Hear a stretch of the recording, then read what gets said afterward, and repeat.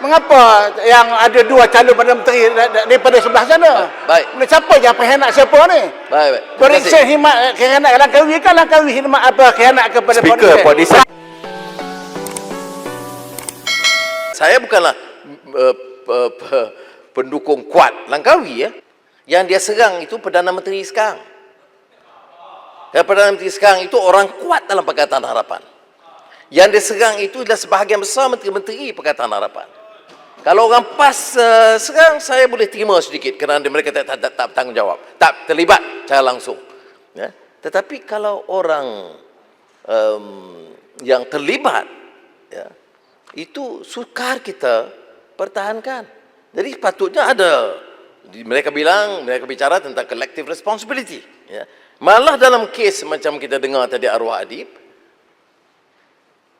dia di bawah Menteri Dalam Negeri. Dan Menteri Dalam Negeri itu sekarang Perdana Menteri. Aneh sekali politik di parlimen ini. Seolah-olah semua itu dipadamkan dan dijurus hanya Pakatan Harapan. Ya. Tetapi saya rasa harus berlaku adil dalam perkara ini. Baik. Perisian boleh? Okey. Ni Kena ulangkan lagi, Tan Sri. Ya.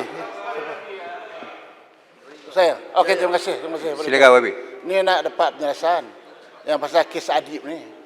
Betul lah. Menterinya masa itu Perdana Menteri sekarang, Menteri KDN. Tetapi pendakwaannya di bawah Peguam Negara. Kalau kita lihat sejarah kes Adib ni, pihak polis dah buat cadangan pada AG untuk tukar daripada tuduhan cuba membunuh kepada tuduhan membunuh 307 pada 302. Persoalannya mengapa Peguam Negara menolak dan tidak meneruskan pendakwaan, itu yang kita persoalkan. Yang lantik Peguam Negara ni ialah kerajaan PS.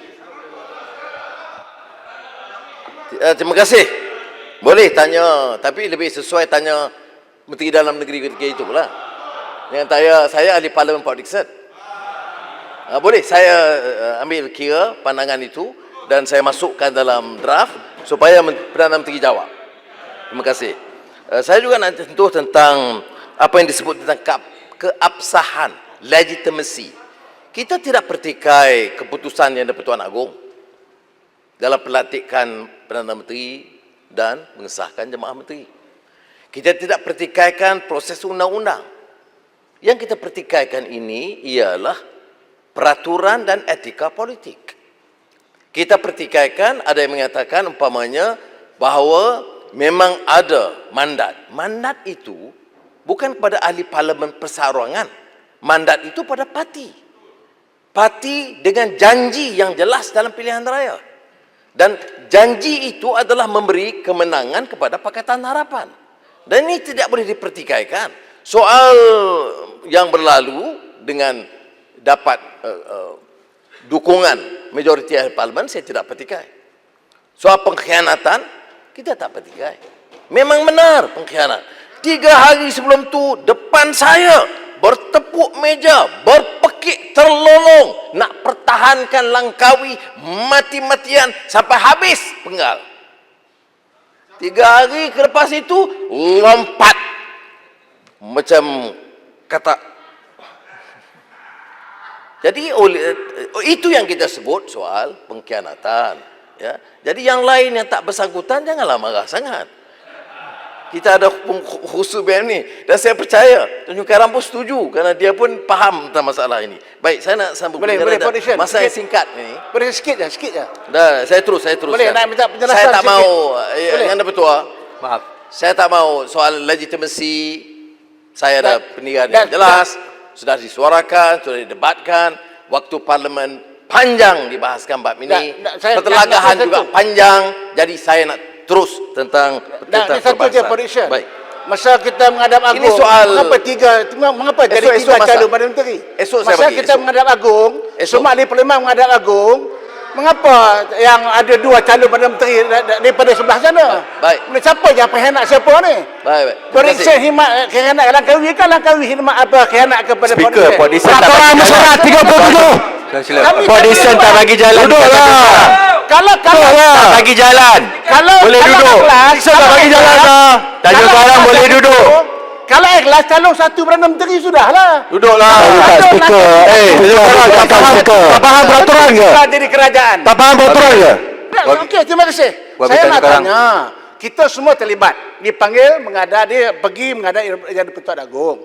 Pada masa itu, masing-masing ahli parlimen diberi kebebasan. Nak calon siapa jadi Perdana Menteri. Persoalan saya, kami terus terang, kami dengan MN, saya sendiri tulis bubar parlimen. Tetapi yang sebelah sana, mengapa ada yang calon prediction, mengapa ada yang calon Langkawi? Kalau campur undi yang calon Langkawi dengan calon prediction, tentu kami tak jadi kerajaan. Masalahnya antara Pakatan Harapan tu pun ada mengkhianati antara satu sama lain. Setuju ke tidak? Setuju. Baik, saya tak persoal itu. Saya tidak proses. Saya sebut secara spesifik orang yang khianat kami. Yang saudara nak rasa pasal apa? Saya tak biar jelas yang itu ya. Jadi saya nak tumpu sekarang nak kan sebab Yang Muhammad satu je. Sikit ya Muhammad, sikit je.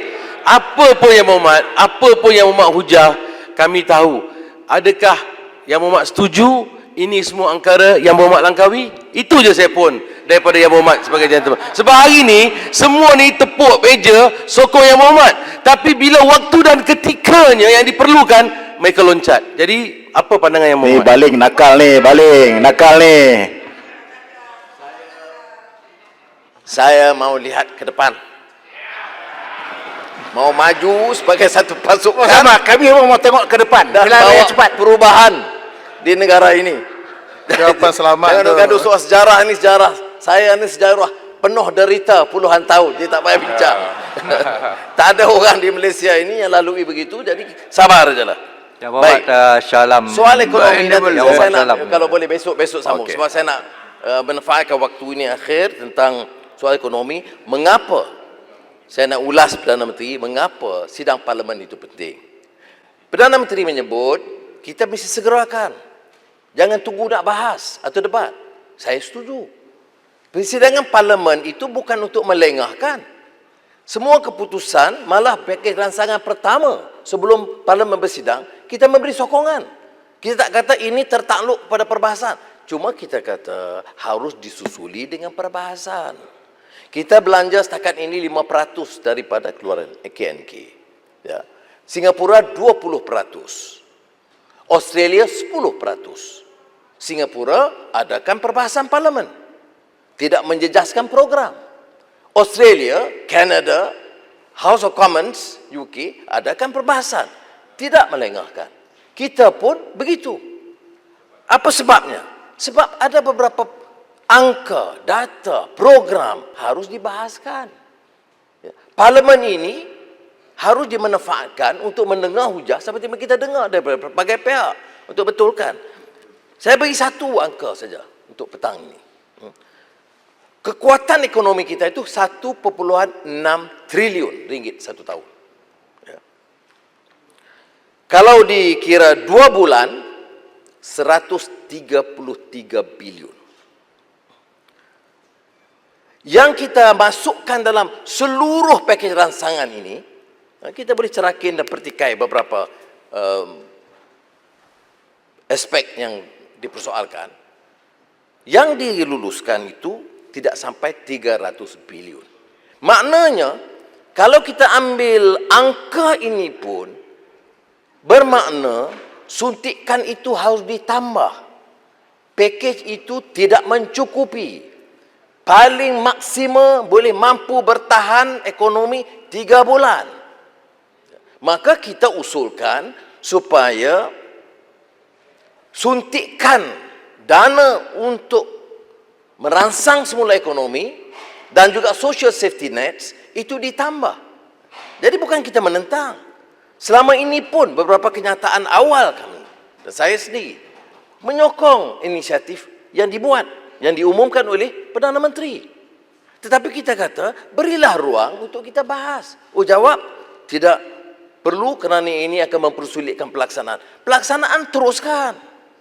Tetapi perbahasan itu perlu kerana dalam angka yang pertama saja sebut.